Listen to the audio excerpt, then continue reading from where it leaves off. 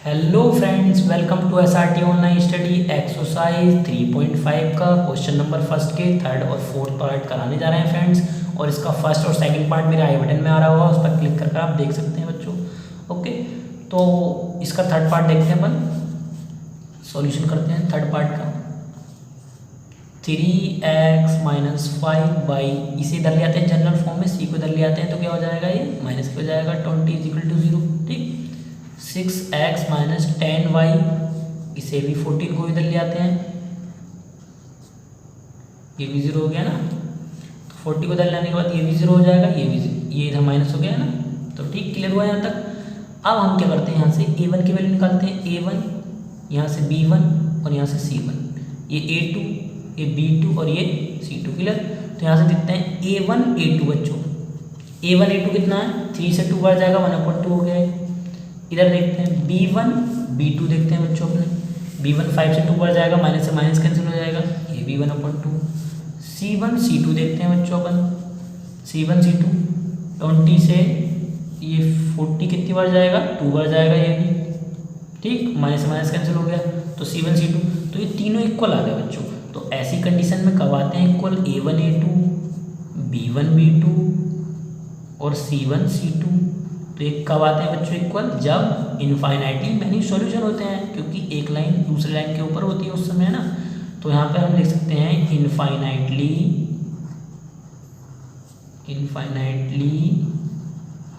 Many solution बच्चों।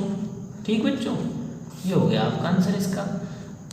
Unique solution कब होता, जब a1 a2 b1 b2 not equal होते। ठीक, सेकंड क्वेश्चन देखते हैं, वो फोर्थ क्वेश्चन क्या है इसका, x माइनस 3y माइनस के 7 इज इक्वल टू 0। अब यहाँ से बच्चों देखो आप, 3 ये 3 और इसलिए मैं उधर ले जाऊँ 15 को, तो 3 से कितनी बार जाएगा, ये 5 बार जाएगा, है ना। तो मैं इसे ऐसे लिख सकता हूँ, 3 माइनस 3, तो मैंने कॉमन लेके इसे 15 को काट दिया। ठीक, तो क्या बचेगा यहाँ पर x और ये y बचेगा, और फिर यहाँ पर क्या बचेगा बच्चों, ये कितनी बार जाएगा, 5 बार जाएगा। 5 को मैं इधर ले आऊँगा तो ये माइनस के 5 हो जाएगा, और ये बचेगा बच्चों।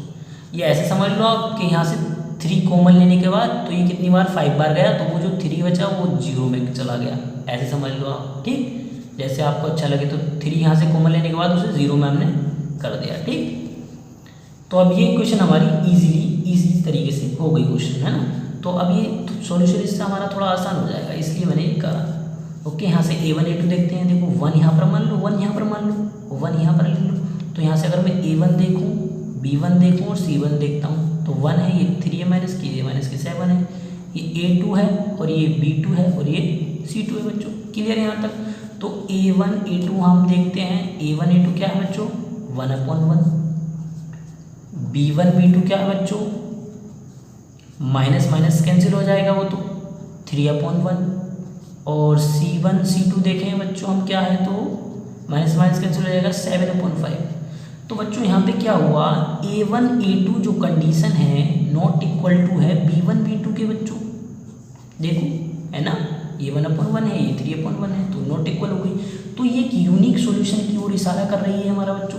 तो यूनिक सॉल्यूशन अगर वो कहेगा तो हम किससे करेंगे सॉल्व, क्रॉस मल्टीप्लिकेशन मेथड, उसने कंडीशन दी हुई है हमें। ठीक, तो एक यूनिक सॉल्यूशन हो गया, या वन सॉल्यूशन लिख सकते हैं हम। ठीक ना, तो अब ये वन सॉल्यूशन लिख लो या आप यूनिक सॉल्यूशन लिख लो, कुछ भी लिख सकते हैं आप, है ना, दोनों में से वन सॉल्यूशन। तो क्लियर हुआ यहाँ तक। तो एक यूनिक सॉल्यूशन उसने कहा है, तो हम क्या करेंगे, by using cross multiplication method, है ना, by using cross multiplication method. ठीक है बच्चों, हम क्रॉस मल्टीप्लिकेशन मेथड का यूज़ कर लेते हैं अपन। तो यूज़ करते हैं तो कैसे होगा यूज़, मैंने आपको बताया था, एक x लेते हैं अपन इज इक्वल टू एक ये माइनस के y यहाँ पर लिखते हैं, माइनस क्यों लगाते हैं ये बता रखा है मैंने आपको, इक्वल में 1/1। ठीक है, कॉन्स्टेंट वैल्यू लिख लेते हैं। तो बच्चों बहुत इजी तरीके से मैंने समझाया है, जिसकी समझ में नहीं आया वो एक बार फिर देख ले इस क्वेश्चन को, ताकि अच्छे से समझ में आ जाए। मुझे मान लो इस x की वैल्यू निकालनी है, तो x वाले को हम क्या करते हैं, छुपा लेते हैं बच्चों। बहुत ईजी बताने जा रहा हूँ, देखते रहें आप। तो हम इसे छुपा लेते हैं, जो इसके कोफिशिएंट होते हैं, जो गुणांक होते हैं, जो एक्स इस वाई के मल्टीप्लाई में लिखे होते हैं, उनकी हम मल्टीप्लाई कर लेते हैं। इसकी इधर मल्टीप्लाई करूँगा बच्चों में, तो 3 5 जा 15 हो जाएगा। ये माइनस तो क्या हो जाएगा, मल्टीप्लाई में माइनस प्लस हो जाता है, तो ये 15 हो गया बच्चों। क्लियर है यहाँ तक। फिर मैं इस -1 की इस 7 से मल्टीप्लाई करूँगा, तो क्या होगा बच्चों, ये माइनस प्लस हो जाएगा, मल्टीप्लाई में प्लस हो जाते हैं। मगर जब हम ऊपर की तरफ मल्टीप्लाई करते हैं तो माइनस का साइन आता है, तो वो माइनस हमें लगाना होगा बच्चों। ठीक, माइनस प्लस तो हो गया वो, मगर ऊपर एक जब मल्टीप्लाई करते हैं तो एक माइनस हुआ आया, तो उस माइनस ने उस प्लस को माइनस बना दिया। ओके, तो ये बात क्लियर हुई। तो यहाँ पर आया 7। ये बात समझ में आई होगी आपको। अब हम बात करते हैं y की वैल्यू की। तो हम क्या करना है, जिस वैल्यू को हमें निकालना होता है उसे बच्चों हम छुपा लेते हैं, उसे। क्लियर हुआ, इसे मैंने छुपा लिया बिल्कुल अच्छे से। अब मुझे क्या करना है, इसका जो कोफिशिएंट दे रखा है हमें, x का मल्टीप्लाई ये 1 है, तो इसकी मैं इससे मल्टीप्लाई कर दूंगा, तो कितना आ जाएगा बच्चों, -5 आ गया मेरा। ठीक, अब यहाँ पर देखा हमने 1 है, इधर मल्टीप्लाई करूँगा, ये भी माइनस, और हम जब ऊपर की तरफ मल्टीप्लाई करते हैं तो एक माइनस वो भी आता है, तो माइनस क्या हो गया बच्चों, प्लस हो गया, और ये आ गया 7।